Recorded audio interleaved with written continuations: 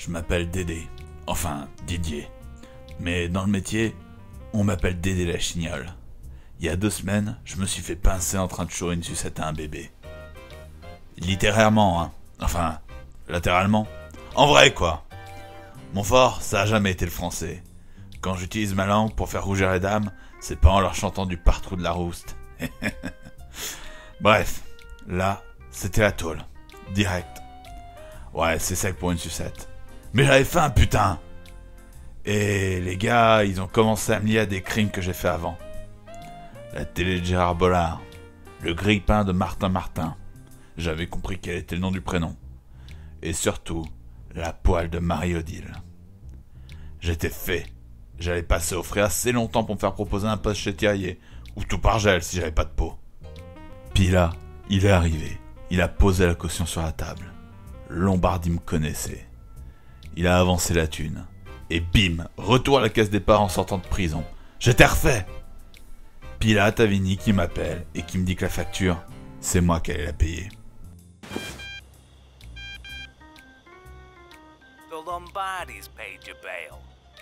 They're generous men, but they're all about reciprocity, if you get what I mean. Let's see if you're up to the job. Bref, j'allais devoir reprendre du service et payer ma dette.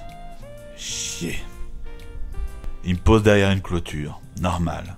Et le matos, je devais le prendre moi-même, sur place. Une mission d'infiltration en solo. Il m'a pris pour qui? Pour un agent secret débile qui doit buter une bombe atomique? Bref, je récupère le pied de biche et je fais sauter la clôture. Bordel, j'ai du mal. La zonzon, ça m'a secoué quand même. J'ai besoin de revoir les bases par le biais d'hallucinations bleutées. Et si vous me posez la question, ouais, je suis déjà bourré. Bon, j'avance dans le jardin, discret comme un paix dans une file d'attente. Et je tombe sur une lampe torche. Hey, some dope left a flashlight on the ground. Take it, but don't let nobody see the light and call the cops. Enfin, je vais pouvoir y voir plus loin que le bout de mes pieds. Ni une ni deux, je m'occupe de la fenêtre et je rentre dans la place. Je fouille un peu. 15 bifetons par ici, une casserole en forme de poêle là-bas, un pot et une théière. Les affaires reprennent. Jamais j'avais fait un si gros casse. Bon, par contre les chaussures j'y ai pas touché. C'est un truc de jeune, ça vaut sûrement rien. Puis, ça fouettait un peu sa mère quand même. Larcin fini, je retourne jusqu'à ma titine et je me rentre en respectant bien les limites de vitesse. La sécurité c'est essentiel, vous savez. Non, je déconne. En vrai, mon coupé sport allemand, il date un peu des années 80 et il traîne un peu du cul dans les pentes, sur le plat et même avec vent arrière. Bref, j'étais satisfait de mon premier butin.